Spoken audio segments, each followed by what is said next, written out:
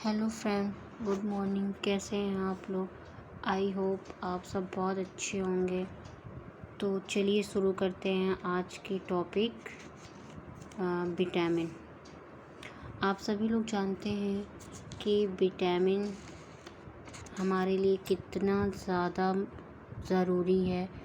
पहले तो आप ये जान लीजिए कि विटामिन शब्द की खोज किसने की थी। 1911 में सी फंक ने की थी।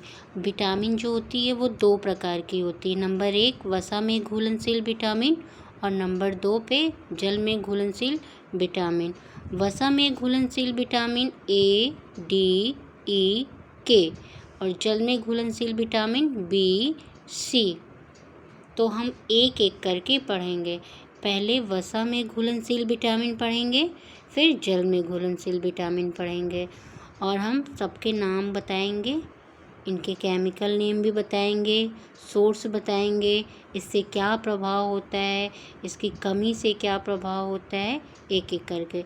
तो विटामिन ए का एक नाम रेटिनॉल है और दूसरा नाम एक्सेरोफाइटाल है। अगर एग्ज़ाम में दोनों नाम में से कोई भी नाम आए, ये सब विटामिन ए के नाम हैं। इसके सोर्स हैं कैरोटीन युक्त फल, गाजर, पपीता, दही, सोयाबीन, दूध, घी, अंडा, पालक। इससे क्या होता है? दृष्टि रंगों का संश्लेषण होता है, एपिथीलियम होता है।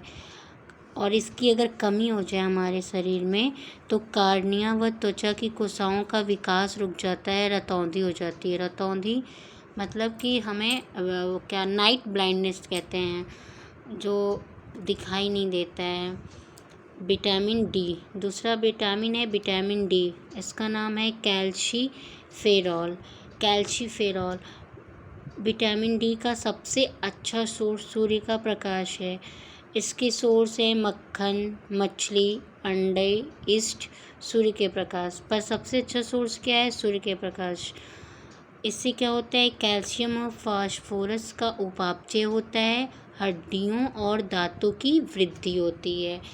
इसकी कमी से जो वयस्क होते हैं उसमें सूखा रोग हो जाता है, जिसे ऑस्ट्रियोमेलासिया कहते हैं, और बच्चों में रिकेट्स हो जाता है। विटामिन ई का नाम है टोकोफेरॉल। अगर एग्ज़ाम में टोकोफेरॉल करके आ गया तो भी समझिएगा विटामिन ई है वो। ये तेल, मछली का तेल, गेहूँ, अंडे की जर्दी, सोयाबीन, ये सब सोर्स है इसके। इससे ये क्या करता है? कोशिका कला की सुरक्षा प्रदान करता है, जनन क्षमता में वृद्धि करता है, पेशियों की क्रियाशीलता को बनाए रखता है। अगर इसकी कमी हो जाए तो हमारे शरीर में जनन क्षमता की कमी हो जाती है। विटामिन के, जिसका नाम क्या है? फिलोक्विनोन। और ये जो हमें इसके सोर्स हरी पत्तेदार वाली सब्जियां हैं, अंडा है, टमाटर है, गोभी है। ये क्या करता है? यकृत में प्रोथ्रम्बिन का संश्लेषण करता है। चोट पर रक्त का थक्का न जमने से अधिक रक्तस्राव हो जाता है। इसकी अगर कमी हो जाती है तो जो ब्लीडिंग होता है वो ज़्यादा हो जाता है और रक्त का थक्का नहीं बन पाता है, जिसके कारण कभी कभी आदमी की मृत्यु भी हो जाती है। अब हम पढ़ेंगे जल में घुलनशील विटामिन के बारे में। तो जल में घुलनशील विटामिन बी और सी है, पर बी के कई नाम है। B1, B2, B3, B5, B6, B7, B9, B12 और C। तो हम एक एक करके पढ़ते हैं। B1 का नाम थायमीन है। B1 को थायमीन कहते हैं। इसका सोर्स है अनाज, फलियां, सोयाबीन, अंडा, मांस। और ये क्या करता है? कार्बोहाइड्रेट्स एवं वसा का उपापचय, मतलब कार्बोहाइड्रेट्स और वसा को पचाने में सहायता करता है।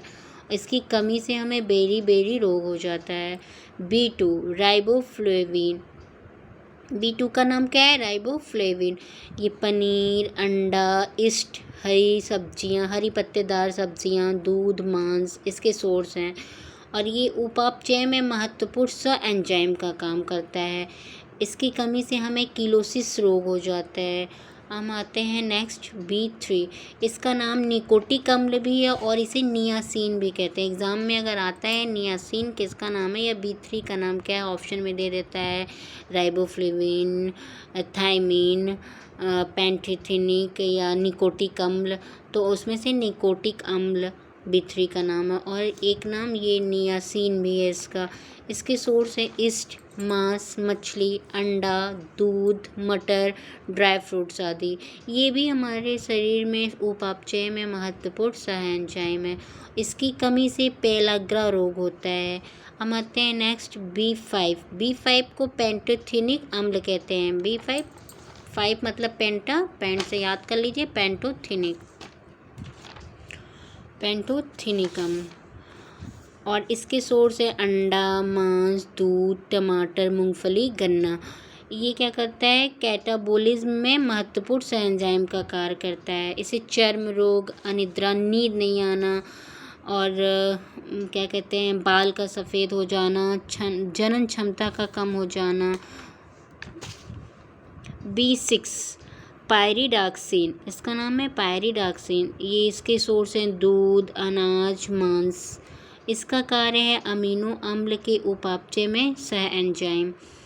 और रक्तक्षीणता, चर्म रोग, पेशियों में ऐंठन होता है इसकी कमी से। B7 का नाम है बायोटीन। इसके सोर्स है मांस, गेहूँ, अंडा, मूंगफली, चॉकलेट, सब्जी, फल आदि। इसका ये जो है ये वसीय एवं अमीनो अम्ल सहित कई अन्य पदार्थों का संश्लेषण करता है और इससे चर्म रोग, बालों का झड़ना आदि ये सब इसकी कमी से होता है B7 से। हम आते हैं नेक्स्ट B9 को हम फोलिक अम्ल के नाम से जानते हैं और इसके सोर्स हैं हरी पत्तेदार सब्जियां, सोयाबीन। इसका काम ये जो है वृद्ध रुधिराणुओं का निर्माण करता है और DNA का संश्लेषण करता है। इसकी कमी से हमें एनीमिया नामक रोग होता है, रक्तक्षीणता एनीमिया, जिसमें हमें रक्त की कमी हो जाती है। सबसे ज़्यादा इम्पॉर्टेंट इसमें है ये B12।